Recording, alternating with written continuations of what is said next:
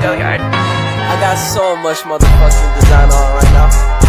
Assalamualaikum warahmatullahi wabarakatuh. Kembali lagi bersama Deca Permatasari dari kelas 10 kuliner.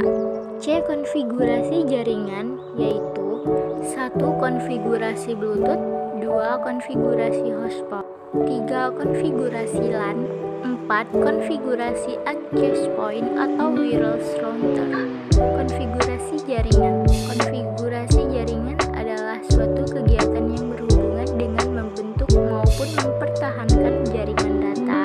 Konfigurasi ini mencangkup beberapa isu yang berhubungan atau berkaitan dengan suatu protokol dan perspektif perangkat lunak dan peralatan seperti router, switch, serta firewall.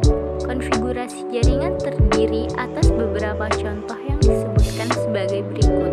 1. Konfigurasi Bluetooth. Bluetooth merupakan suatu teknologi komunikasi nirkabel jarak pendek yang memiliki fungsi untuk mengirimkan suatu data antar perangkat maupun gadget. Bluetooth memiliki tujuan memberikan kemudahan kepada pengguna untuk menghubungkan suatu perangkat yang ingin dihubungkan untuk disambungkan. Jika tidak ada Bluetooth, digunakan sebagai alternatif untuk menghubungkan suatu perangkat. 2. Konfigurasi jaringan. Apabila ingin menggunakan laptop namun tidak ada Wi-Fi, dapat diatasi menggunakan hotspot seluler untuk terhubung ke internet dari laptop dengan cara mengaktifkan hotspot seluler di ponsel untuk menghubungkan perangkat lain ke internet. Langkah pertama yang dilakukan adalah memilih menu hotspot portable di menu pengaturan ponsel, kemudian atur hotspot portable. Pengaturan hotspot digunakan untuk mengatur SSID ponsel. A. Klik kanan pada ikon jaringan yang terletak di taskbar bawah, kemudian pilih menu Open Network and Sharing Counter. 3. Konfigurasi LAN. Konfigurasi jaringan ini hanya dapat dijumpai ketika sistem mendeteksi kartu jaringan pada komputer dapat mengatur sesuai dengan konfigurasi jaringan yang dimiliki. Divisi jaringan yang ada dapat dideteksi oleh sistem secara otomatis. Beberapa jaringan yang memiliki layanan DHCP atau singkatan dari Dynamic Host Configuration Protocol atau mendukung sistem yang tersambung dengan data konfigurasi secara otomatis. B. Setelah itu akan muncul tampilan seperti pada gambar berikut ini, kemudian klik kanan dan pilih Properties. C. Geser atau scroll ke bawah, carilah tulisan Internet Protocol version 4 TCP atau IPv4, kemudian klik 2 kali atau double. D. Setelah itu setting IP address terlebih dahulu pada komputer A adalah 192.168.6.1. Namun sebelum konfigurasi IP address lakukan pemeriksaan T. Digunakan sebelumnya year, lebih dahulu IP address yang digunakan sebelumnya.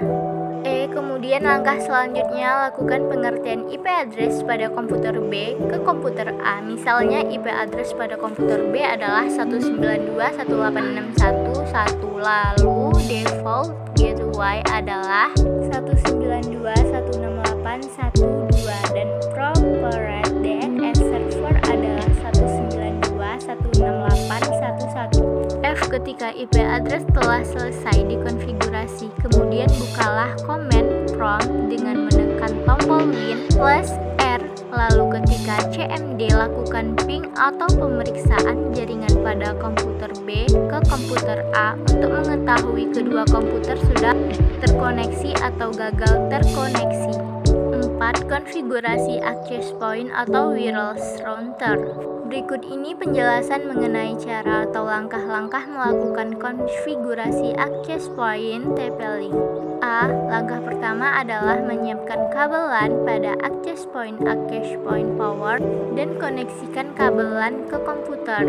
B. Melakukan access point dengan membuka browser, contohnya Firefox, kemudian ketika IP address access point, contohnya seperti 192.168.0.254 pada address bar.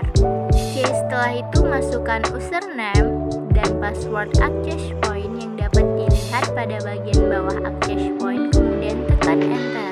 D. Apabila sudah masuk ke halaman access point, atur semua pengaturan dan fungsi access point, selanjutnya klik next.